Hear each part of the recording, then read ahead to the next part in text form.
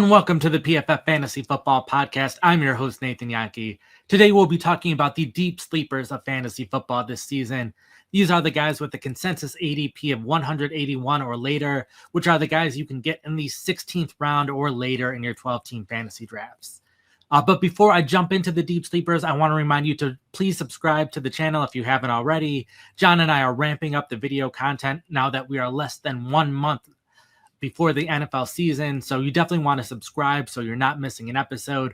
And then also I want to remind you that the PFF early bird sale is almost over. It ends on August 7th.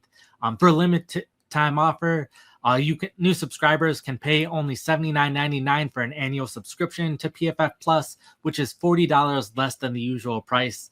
That's how you can get access to all of my rankings, all of John's IDP rankings, all of our written content and draft strategy. And in season, that's how you get access to the waivers, how you get access to start sit, as well as all of our tools and premium stats and grades. So if you aren't a subscriber yet, you still have a couple of days to get that early bird offer, which ends on August 7th. Go to subscribe.pff.com and use code EARLYBIRD, or you can find the link on my social media or PFF social media or the website in general. Now jumping into the deep sleepers, I'll start with a running back, and that is Braelon Allen of the New York Jets. He was a fourth-round pick last season and ended up being the primary backup running back. He only averaged 3.6 yards per carry, so his yards per carry weren't great in most situations, but a big reason for that is that he was primarily used as a short yardage back. He ran the ball 16 times when the Jets needed 2 yards or fewer for a first down, and he converted 14 of them. So he was very consistent at gaining first downs in short yardage situations. This earned him a 90 rushing grade, specifically on those runs, which was the best for all running backs. He measures at 6'1" and 235 pounds at the combine, so he is one of the bigger running backs in the league right now. A big reason for optimism for him taking a step up this season is the Jets have a new coaching staff with Aaron Glenn at head coach and Tanner Engstrand at offensive coordinator, both of whom came from the Detroit Lions. And both coaches have emphasized several times throughout the offseason that they plan on using multiple backs this season, not just one back. We saw for years with this coaching staff with the Detroit Lions, they had David Montgomery as an early down back. Earlier than that, it was Jamal Williams, and then Jahmyr Gibbs as a receiving back. And earlier than that, it was DeAndre Swift. And Allen seems pretty perfectly set for that David Montgomery role, someone to run the ball a lot, wear down the defenses, and make things easier for the other running backs. In this case, it would be Breece Hall. But we have seen that early down running back, the bigger running back in that offense, finish as a top 20 fantasy running back in points per game each of the past 3 seasons. A big part of that is their ability to score touchdowns. So we'll need the Jets offense to be scoring a lot in order for that to happen. But if that does, Allen has a ton of potential. We have also seen the Lions coaching staff be among the most zone-heavy teams in the league, and Allen has been much better on zone runs compared to gap runs, and Breece Hall has been the opposite of that. He's been much better on gap runs compared to zone runs. So that is another reason for optimism for Allen, even with Breece Hall on the roster. And then the offensive line is another thing that should help Braelon Allen. It is a very unique offensive line, in which case a lot of the players are very good at getting a lot of positive graded runs, but also have a lot of negative graded runs. So a lot of plays, we have players getting a 0 grade, but the Jets are kind of extreme in both directions.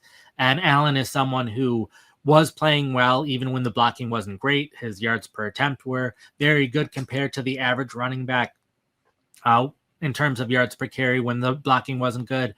So I think the big thing where we need to see Allen improve this season is when he does have that good blocking and a hole is opened up for him, that he's able to both run through it, but then power through whichever player tries to tackle him next, so he gains more yards after contact in those situations, potentially breaks some more tackles for some longer gains. And I think that'll be the big difference between him having an okay season and him having a great season. But everything is set up for him to have more volume this season in this offense based on how this coaching staff has used running backs in the past. So I think Allen as a late round player is someone that you might be able to start in the right matchup, or if your starting running back has a bye week.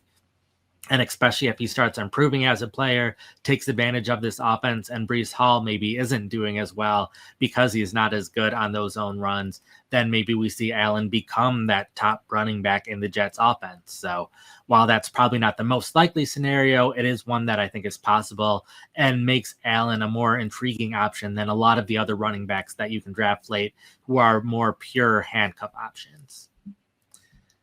The second player I want to go over today is Demario Douglas of the New England Patriots, sixth-round pick by the Patriots in 2023. He's someone who has rarely been a top 24 wide receiver in any given week, but in his rookie season, he started to play better and better as the season progressed. Over these past 2 seasons, he's averaged 0.23 avoided tackles per reception, which is the 6th best among wide receivers over the past 2 seasons. And he's also had a very high rate of getting open against single coverage. So he has done really well when he's gotten the ball in his hands. He's also showed flashes even when he's not throwing the ball. He just hasn't had the same consistency as a lot of other wide receivers. One of the big reasons why is his routes per game total.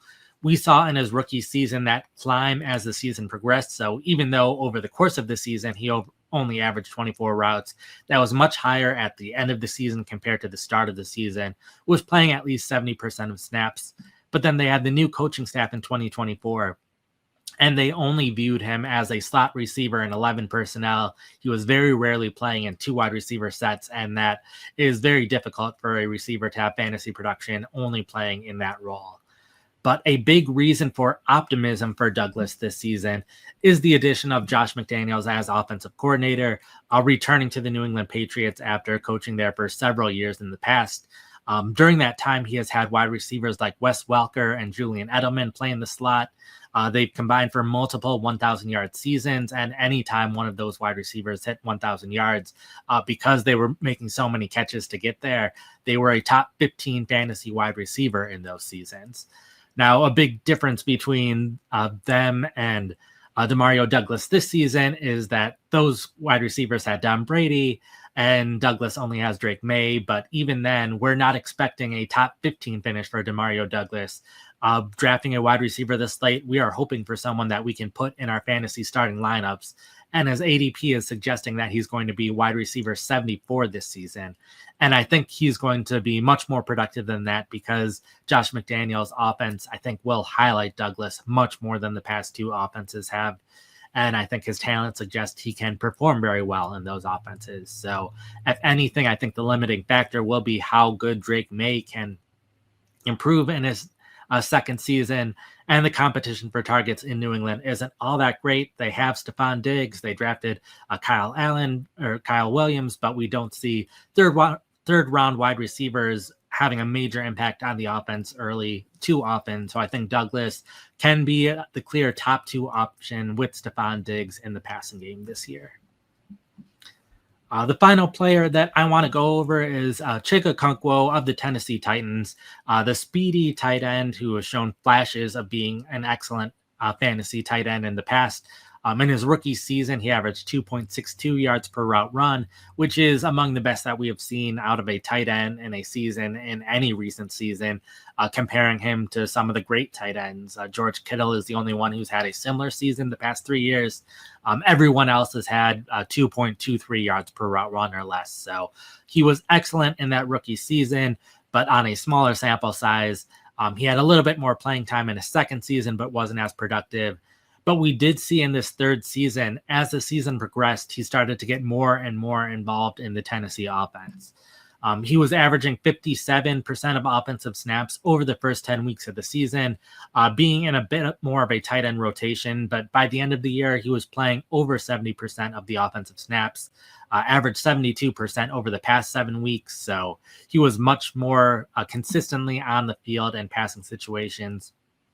And then right at the end of the season, he shined as a fantasy tight end. He scored 43.9 fantasy points during the fantasy playoffs, which was the 4th most among tight ends, despite not scoring a touchdown. He had 8 receptions for 59 yards, 9 receptions for 81 yards, and 5 receptions for 42 yards those weeks. The coaching staff talked pretty glowingly of him after those games, talking about how his confidence was up. He was understanding the offense better and being more involved in the offense. So I think he can build on that momentum heading into this season. And then the big difference is they have a new quarterback. They drafted Cam Ward with the first overall pick, and that should be a significant upgrade at the quarterback position, making Okonkwo's life easier. And the competition for targets really hasn't changed that much. Nick Westbrook-Akine and Tyler Boyd are no longer on the roster. They replaced with Tyler Lockett, Van Jefferson, and then a couple day 3 rookies. So while the competition for targets has changed a little bit, I still see Okonkwo being the clear second option in this passing game. Should finish second in targets, second in receiving yards.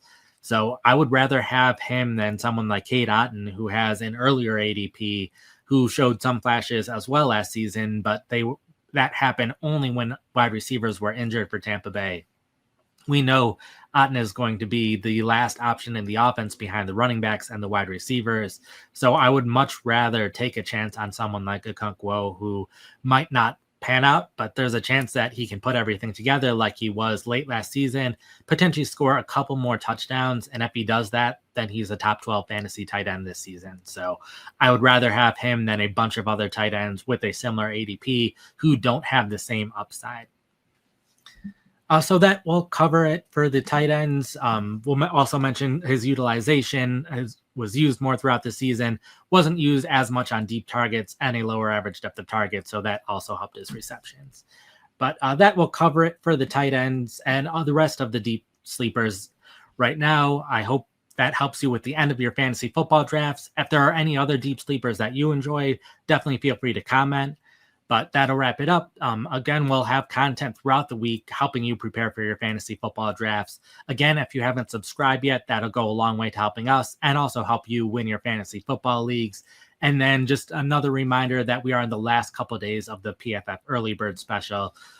For new subscribers, $79.99 for an entire year of PFF Plus, which will also help you win your fantasy football leagues. So until next time, peace out.